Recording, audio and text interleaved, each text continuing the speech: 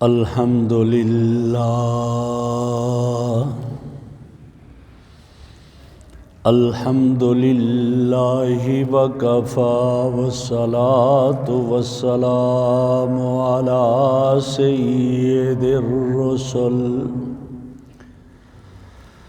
والصلاة والسلام علی سید الرسل وخاتم الانبیاء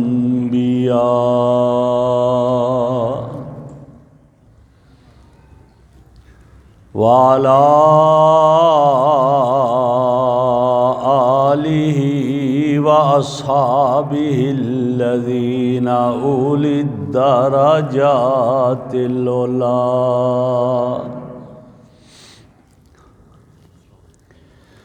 اما بعد فاعوذ باللہ من الشیطان الرجیم بسم اللہ الرحمن الرحیم لقد من اللہ علی المؤمنین اذ بعث فیہم رسولا من انفسہم یتلو علیہم آیاتہ ویزکیہم ویعلمہم الکتاب والحکمہ وَإِن كَانُوا مِن قَبْلُ لَفِي ضَلَالٍ مُبِينٍ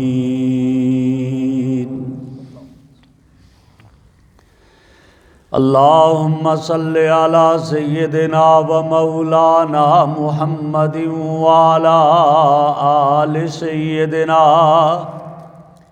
و مولانا محمد واصحاب سیدنا و مولانا محمد وبارک وسلم علیہ۔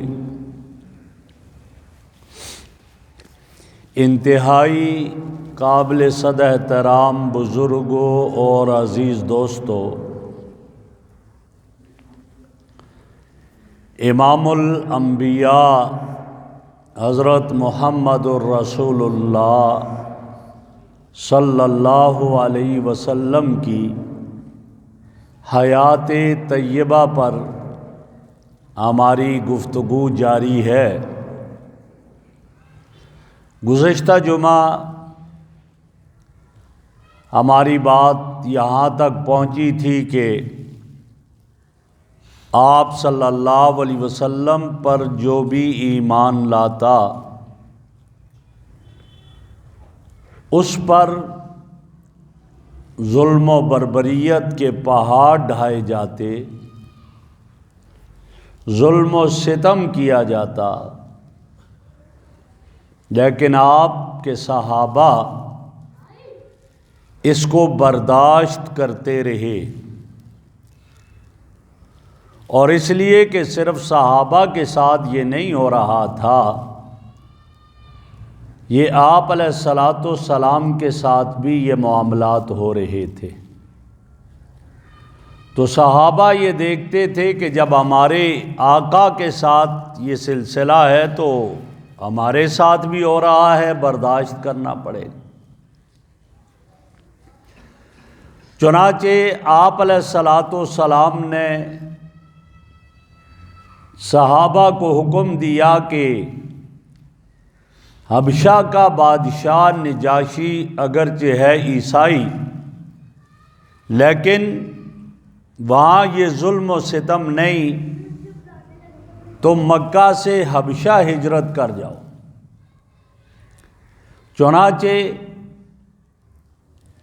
بہت سارے صحابہ نے مکہ سے حبشہ ہجرت کی، جن میں حضرت عثمان ذو النورین رضی اللہ تعالیٰ عنہ اور ان کی اہلیہ حضرت رقیہ رضی اللہ تعالیٰ عنہا بھی تھی،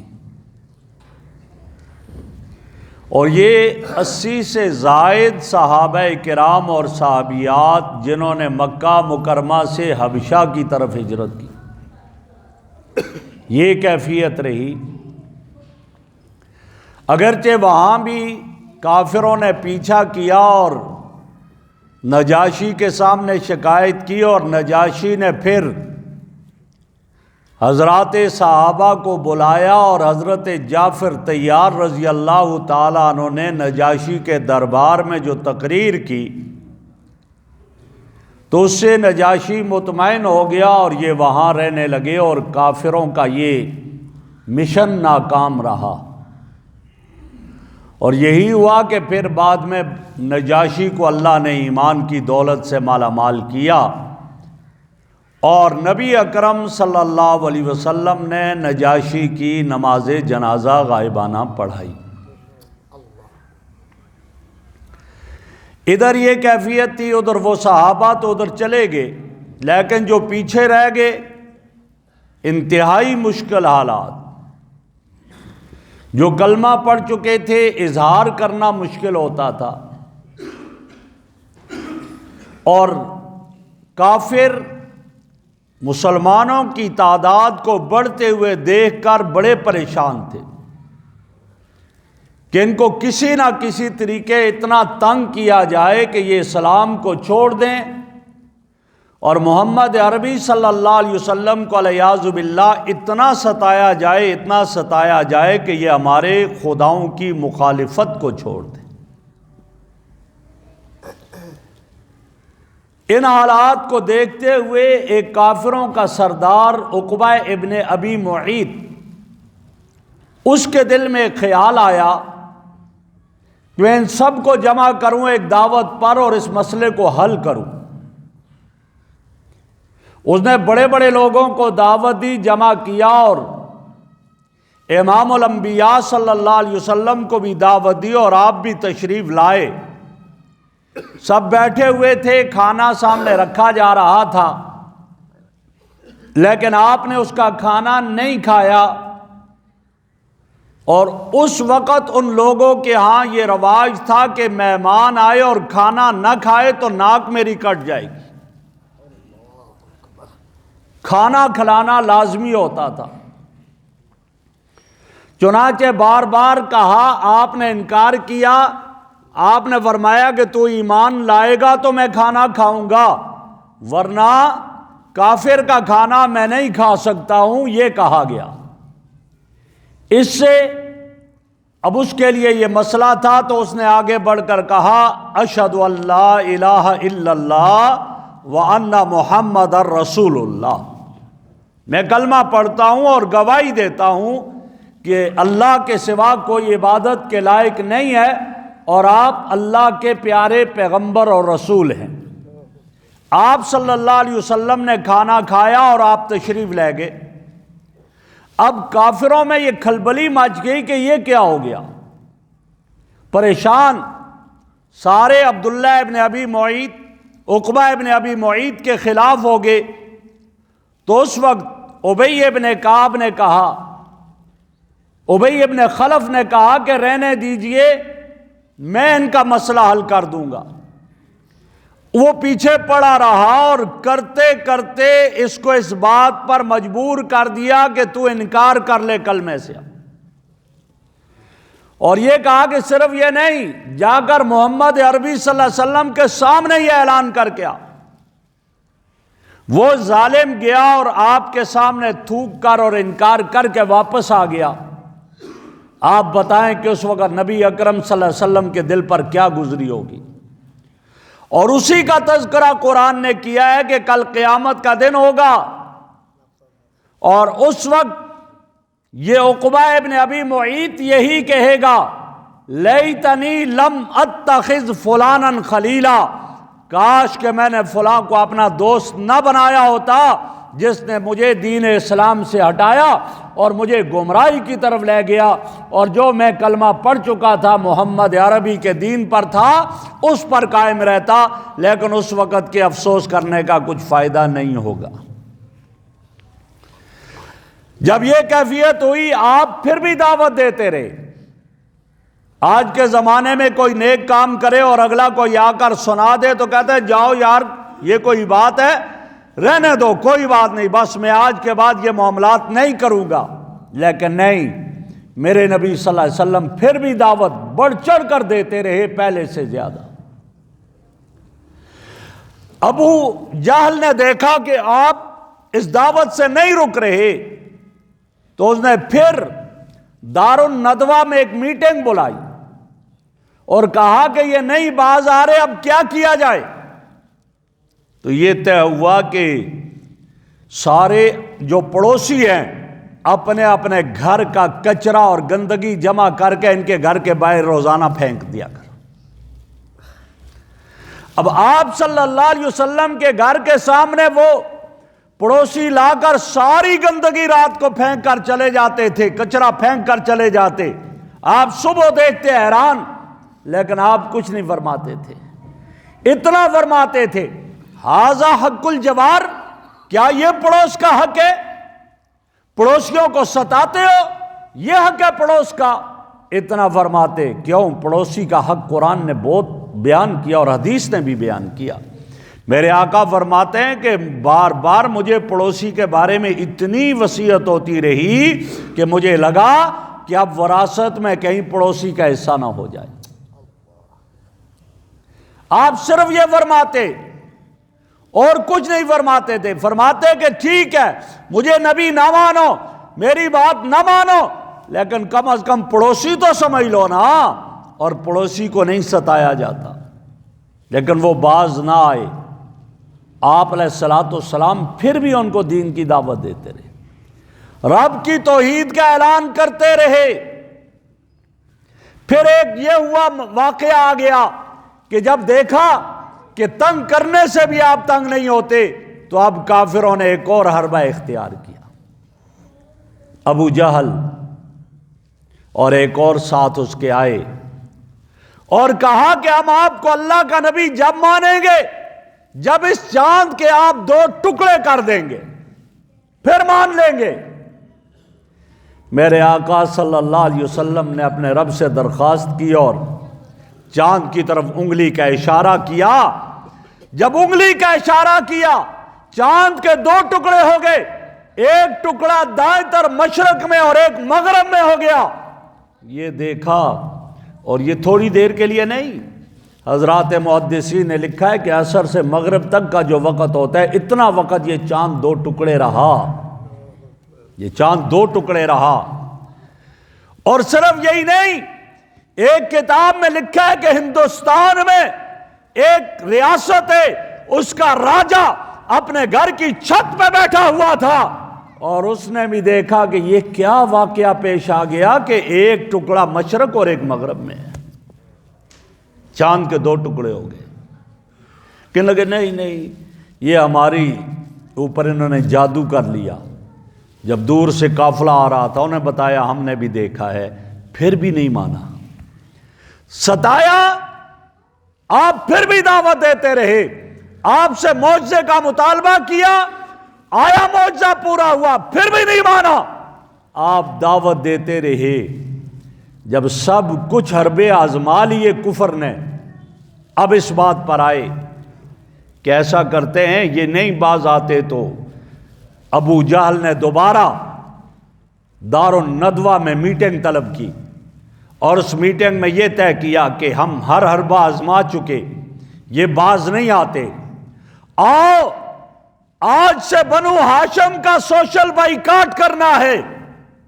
معاہدہ ہو گیا، اور ایک معاہدہ لکھا گیا کہ سوشل بائیکاٹ بنو ہاشم کا، نہ اس کے ساتھ شادی بیاہ ان کے ساتھ ہوگا، نہ ان کی خوشی غمی میں شریک ہوں گے، نہ کھانے پینے میں شریک ہوں گے، نہ بیع و شرا ہوگی، کچھ بھی نہیں ہوگا ان کے ساتھ۔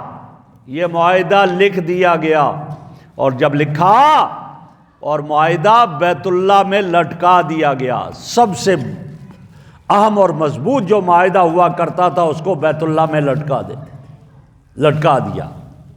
ادھر آپ کے چچا ابو طالب نے دیکھا، انہوں نے بنو ہاشم، بنو عبد المطلب، بنو عبد مناف ان کو بلایا اور کہا ٹھیک ہے، ہم اس پر ایمان تو نہیں لائے، لیکن ہے تو خاندان ہمارا، لہذا ہم ان کا ساتھ دیں گے۔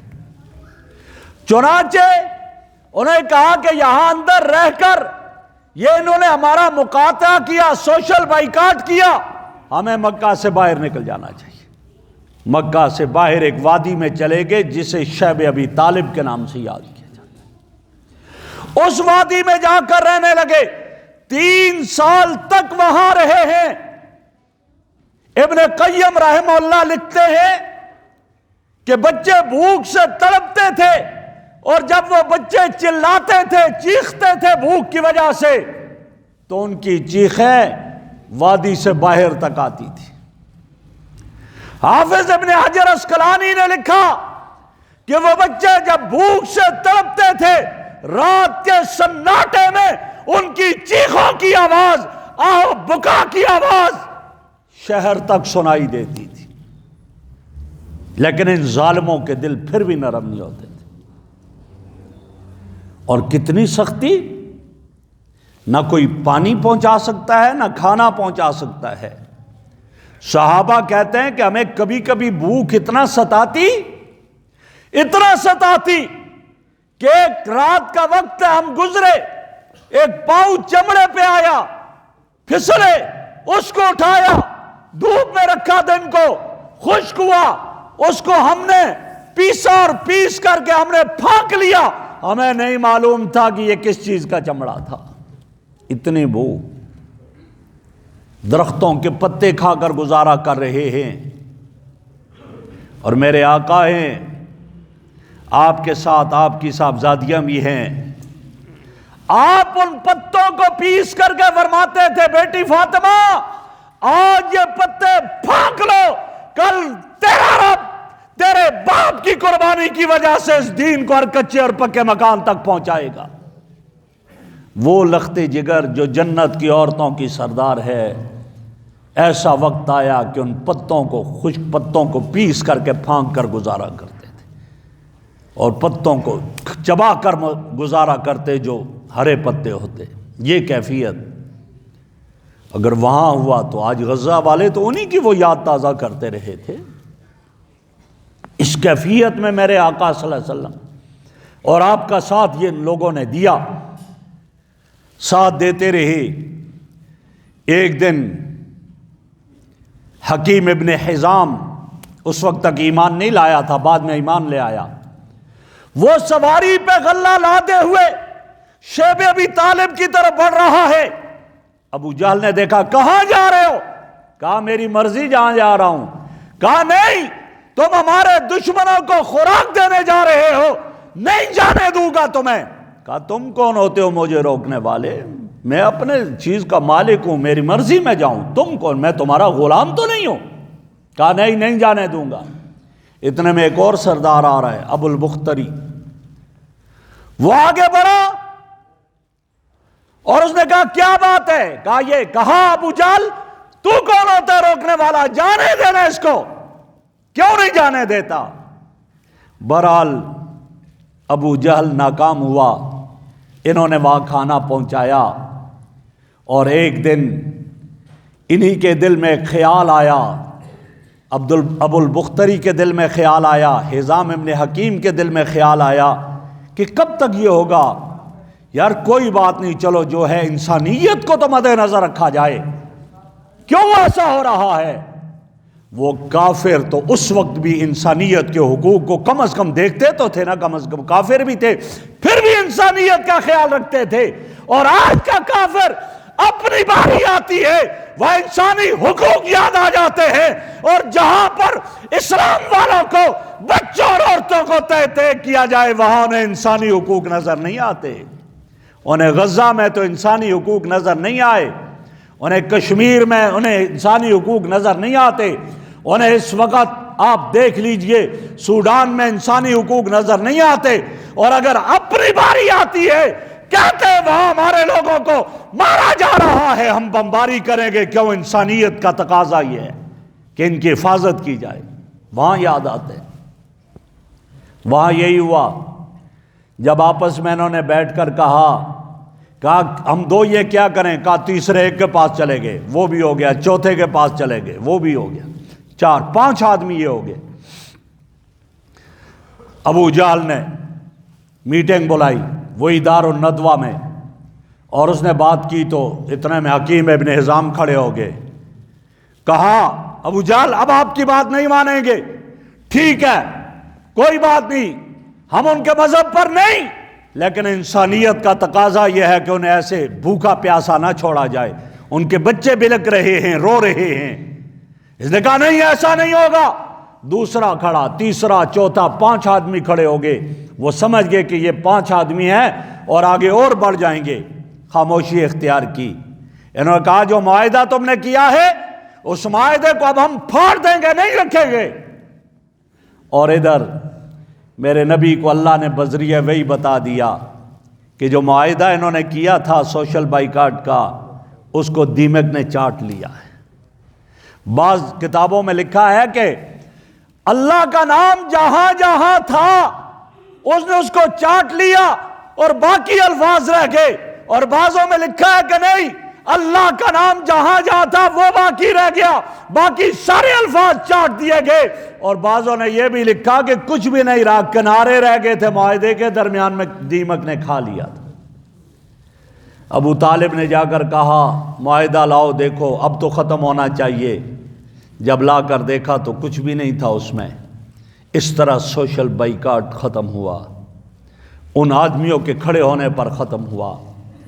لیکن آپ کو پھر بھی ستایا جاتا رہا، آپ کو تڑپایا جاتا رہا، آپ کے صحابہ کو ستایا جاتا رہا. آپ مجبور ہو گئے کہ میں مکہ کو چھوڑوں، طائف کا سفر کروں، شاید اس سفر کی وجہ سے وہ لوگ ایمان کے دائرے میں داخل ہو جائیں. چنانچہ آپ علیہ الصلوۃ والسلام مکہ سے نکلے طائف کی طرف. آپ کے ساتھ آپ کے غلام حضرت زید ابن حارثہ رضی اللہ تعالیٰ عنہ ہیں. جب طائف میں پہنچے پیدل چل کر گئے، طائف میں گئے. آج جا کر دیکھو نا گاڑیاں جاتی ہیں، کتنا دور ہے، کیا کیفیت. آپ پیدل گئے. جب طائف میں پہنچے وہاں کے سردار وہاں 3 موجود تھے. ایک کا نام عبد یالیل، دوسرا حبیب، تیسرا مسعود. یہ 3 لوگ تھے. آپ نے ان کو دعوت دی، انہوں نے برا بلا کہا. کوئی کہنے لگا آپ ہی کو نبی بنا کر بھیجا، کوئی کہتا ہے کیا آپ اگر نبی ہوتے تو ہمارے دل میں آپ کے بارے میں خیال آتا، کوئی کیا کہتا، کوئی کیا کہتا. بہرحال انہوں نے بھی انکار کر دیا اور آپ کو دعوت دینے کی اجازت نہیں دی کہ نہیں دے سکتے ہو دعوت. اور صرف یہی نہیں، اوباش بچوں کو پیچھے لگا دیا. ام المومنین حضرت عائشہ صدیقہ رضی اللہ عنہ فرماتی ہیں میں نے اپنے آقا سے ایک دفعہ سوال کیا، یا رسول اللہ آپ کوئی ایسا اپنی زندگی کا واقعہ بتائیں گے، ایسے لمحات بتائیں گے کہ مشکل ترین لمحات آپ پہ گزرے ہو؟ فرمایا حمیرہ میری زندگی کا ہر لمحہ مشکلات سے عبارت ہے، لیکن میں طائف کے سفر کو کبھی نہیں بھلا سکتا ہوں. ہر لمحہ مشکلات سے عبارت تھا. ظالم میرے راستے میں کانٹے بھی بچھاتے رہے، مجھ پہ پتھروں کی بارش بھی کرتے رہے، مجھے الیاذ باللہ ساحر بھی کہتے رہے، مجنون بھی کہتے رہے. لیکن مجھ پر جو مشکل ترین لمحات ہیں وہ طائف کی وادی کے لمحات ہیں کہ جب میں وہاں گیا، میں نے دعوت دی، میرے پیچھے اوباش لڑکوں کو لگا دیا، اور میں قرآن پڑھتا تھا، وہ مجھ پہ پتھروں کی بارش کرتے تھے، میں گر گیا نیچے. نوجوانوں نے میری بغلہ میں ہاتھ ڈال کر کے کھڑا کیا، پھر پتھروں کی بارش کی، یہاں تک کہ میرا جسم زخموں سے چور ہو گیا اور میرے جسم سے خون بہنے لگا، میرے کپڑے خون سے رنگین ہو گئے، میرے جوتے خون سے بھر گئے. ایک باغ سامنے تھا، میں اس باغ میں چلا گیا.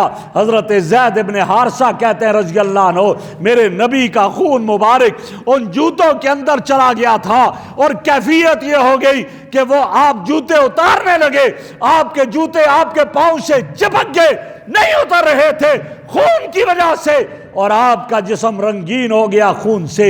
اتنے میں اس باغ میں ایک آدمی کام کرتا تھا جس کا نام عداس تھا. وہ دوڑتا ہوا آیا، آپ کے لیے پانی لے کر آیا اور کچھ انگور لے کر آیا، سامنے بیٹھا. آپ نے زخموں کو پانی سے دھویا اور آپ نے انگور کھائے تھوڑے سے. اس نے پوچھا آپ کون ہے؟ کہا میں محمد ہوں، میرا نام محمد ہے، اللہ کا نبی ہوں. کہا انگور انگور کھاؤ، آپ انگور کھانے لگے، آپ نے پڑھا بسم اللہ الرحمن الرحیم، اسی لیے کہتے ہیں کھانا کھاتے وقت پہلے بسم اللہ پڑھا کرو تاکہ شیطان تمہارے ساتھ شریک نہ ہو، فروٹ کھاتے ہو بسم اللہ پڑھا کرو، پانی پیتے ہو بسم اللہ پڑھا کرو، کوئی نیک کام اور کرتے ہو بسم اللہ پڑھا کرو تاکہ اس کام میں خیر و برکت ہو۔ جب آپ نے بسم اللہ الرحمن الرحیم پڑھا، اس غلام نے دیکھا اور دیکھ کر کہا یہ کیا آپ نے پڑھا، یہ کہاں سے لے کر آئے؟ آپ نے فرمایا میں اللہ کا نبی ہوں، میرا نام محمد ہے اور یہ رب کے کلمات ہیں، میرے رب نے بتائے ہیں، میں اس لیے پڑھ رہا ہوں۔ جب یہ کہا رب نے بتائے ہیں میں اس لیے پڑھ رہا ہوں، اس نے کہا اچھا، اتنے میں پوچھا آپ نے من این انت، تو کہاں سے ہے؟ اس نے کہا میں نینوا سے ہوں۔ کہا نینوا سے ہو؟ کہاں؟ کہا اس شہر سے ہو جہاں میرا بھائی یونس بن متیٰ آیا تھا، وہاں کے رہنے والے ہو؟ اس نے دیکھا، حیران ہوا، کہا آپ یونس بن متیٰ کو کیسے جانتے ہو؟ وہ آپ کا بھائی کیسے؟ کہا ہاں وہ میرا بھائی ہے، اس لیے کہ وہ رب کا نبی ہے، اللہ نے نبی بنا کر بھیجا اور انبیاء آپس میں بھائی ہوا کرتے ہیں، وہ میرا بھائی ہے۔ حیران ہو گیا اور حیران ہو کر آگے بڑھا، میرے آقا کی پیشانی پہ بوسہ دیا اور بوسہ دے کر کہنے لگا مجھے بھی کلمہ پڑھاؤ، میں ایمان کے دائرے میں داخل ہوتا ہوں، اشہد ان لا الہ الا اللہ اشہد ان محمد رسول اللہ پڑھا، ایمان کے دائرے میں داخل ہو گیا۔ مالک دیکھ رہا تھا، آقا کے ہاتھ چومنے لگا، اس کے پاس واپس گیا، کہا تو یہ کیا کر رہا تھا؟ کہا انہوں نے مجھے وہ بات بتائی ہے جو نبی نہیں بتا سکتا، یہ اللہ کا نبی ہے اس لیے میں اس پہ ایمان لے آیا۔ کیونکہ یونس ابن متیٰ کا تو وہی بتائے گا جس پہ رب نے وہی بھیجی ہوگی، ورنہ اور کسی کو کیا پتا تھا۔ ایمان لے آیا۔ اس باغ میں سستائے جبرائیل امین آ جاتے ہیں، ذرا غور کرنا دیکھنا، جبرائیل آگے 7 پہاڑوں کا فرشتہ ہے۔ اللہ کے حبیب رب نے آپ کی قربانی کو دیکھ لیا، ان کافروں نے آپ پہ ظلم کیا، رب نے دیکھ لیا، اللہ نے مجھے بھیجا، جا میرے جبرائیل میرے محمد سے پوچھ لے، آج اگر یہ چاہتا ہے ان ظالموں کے ظلم کو دیکھ کر مجھ سے بھی یہ فیصلہ ہو گیا، میں ان کو پہاڑوں میں پیس ڈالوں، پوچھ لو اگر میرا محمد کہتا ہے تجھے پہاڑوں کا فرشتہ ساتھ ہے، دونوں پہاڑوں کو ملائے گا، انہیں پیس ڈالا جائے گا، نام و نشان مٹ جائے گا۔ اب آپ غور کریں، دیکھیں، ایک طرف پتھروں کی بارش، جسم خون سے رنگین، جوتیاں خون سے بھر گئی، اور دوسری طرف کیا ہے؟ آپ کہیں تو آج ان کو پیس ڈالا جائے۔ میرے آقا نے کیا جواب میں فرمایا؟ فرمایا نہیں جبرائیل ایسا نہیں کرنا، فرمایا اللہم اہد قومی فانہم لا یعلمون، اللہ میری قوم کو ہدایت دے، یہ میرا مرتبہ نہیں جانتے، میں ان کی بگڑی بنانے آیا، یہ مجھ پہ پتھروں کی بارش کرتے ہیں۔ اور ساتھ کیا فرمایا؟ فرمایا ان کی قسمت میں اگر نہیں تو ان کی اولاد، ان کی بچوں کی اولاد کی قسمت میں ہوگا، ان کی ذریت میں ہوگا، اللہ انہیں ہدایت دے دے، اللہ انہیں ہدایت دے۔ اور میرے نبی کی دعا کا یہ نتیجہ نکلا کہ پھر ان کی ذریت میں ایسے لوگ آئے، وہ ابو جہل جو میرے نبی کا سب سے بڑا دشمن تھا، اس کا بیٹا اکرمہ میرے نبی کا غلام بن کر چل رہا تھا، وہ ولید ابن مغیرہ جو میرے آقا کا دشمن تھا، اس کا بیٹا خالد ابن ولید میرے آقا کا سپہ سالار بن کر چل رہا تھا۔ یہ رب نے میرے آقا کی دعا کے صدقے میں یہ دیا، اللہم اہد قومی فانہم لا یعلمون، اللہ انہیں ہدایت دے، ان کی نسلوں میں ہدایت دے دے۔ اور آپ کی انہی دعاؤں کا نتیجہ نکلا اور قربانی کا کہ آج میں اور آپ مسلمان ہیں کہ انہی کی نسلوں میں سے محمد ابن قاسم جیسا وہ باب السندھ سے داخل ہوا، باب السلام سے داخل ہوا اور برے صغیر پاک و ہند میں اسلام کا پرچم لہرانے لگا، یہ انہی کے دعاؤں کا صدقہ تھا۔ فرمایا نہ انہیں ہلاک نہ کرنا، ہلاک نہیں ہوئے۔ اب آپ واپس آنے لگے، جب واپس آنے لگے، مکہ سے تو نکل آیا تھا، واپس کیسے جاؤں؟ مکہ میں واپس جانا ہے، جب واپس جانا ہے تو پھر کیسے جایا جائے؟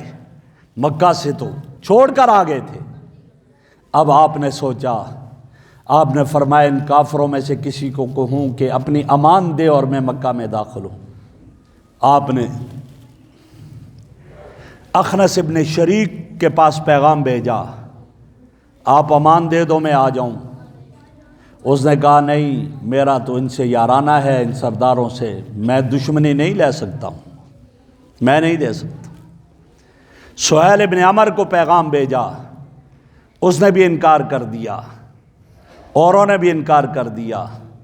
لیکن ایک سردار نے جب اس کو پیغام بھیجا، اس نے کہا آ جائیں، میں اپنی امان میں آپ کو لے آتا ہوں۔ آپ جب مکہ میں داخل ہونے لگے، وہ سردار، اس کے 6 بیٹے تھے، 6 بیٹوں کو اسلحہ پہنا کر، اسلحہ سے لیس کر کے جا کر میرے آقا کو لے کر آئے۔ آگے میرے آقا، پیچھے اس کے 6 بیٹے ہیں، کافر ہیں لیکن پیچھے ہیں۔ سب سے پہلے کیا کیا؟ جب آئے اور بیت اللہ کا طواف میرے آقا کر رہے ہیں اور اس کافر سردار کے 6 بیٹے اسلحہ سے لیس میرے آقا کے پیچھے چل رہے ہیں، اور اعلان کیا آج محمد میری امان میں آ گیا ہے، خبردار اگر کسی نے محمد پہ حملہ کیا تو میں ان کی نسلوں تک کو یاد کروا دوں گا۔ اس طرح میرے آقا دوبارہ مکہ میں آ گئے اور مکہ میں رہنے لگے۔ اور مکہ میں پھر کیا کیفیت اس کے بعد ہوئی، آئندہ جمعہ انشاءاللہ بشرط زندگی اس پہ بات ہوگی۔ ابھی صرف اتنی بات ذہن میں رہے کہ میرے آقا نے کتنی قربانیاں دی ہیں، کس کے لیے دی ہیں؟ میرے اور آپ کے لیے، کہ ہماری بگڑی بن جائے، ہم اس شریعت پر چلے جائیں اور جنت میں جانے والے بن جائیں۔ اس لیے میرے بھائیوں، ہمیں اس آقا کہ ان احسانات کو سامنے رکھ کر اس کی 100% اتباع کرنی چاہیے۔ اللہ رب العزت مجھے آپ علیہ الصلاۃ والسلام اور آپ کے صحابہ کرام کی سچی اتباع نصیب فرمائے۔ وآخر دعوانا ان الحمد للہ رب العالمین۔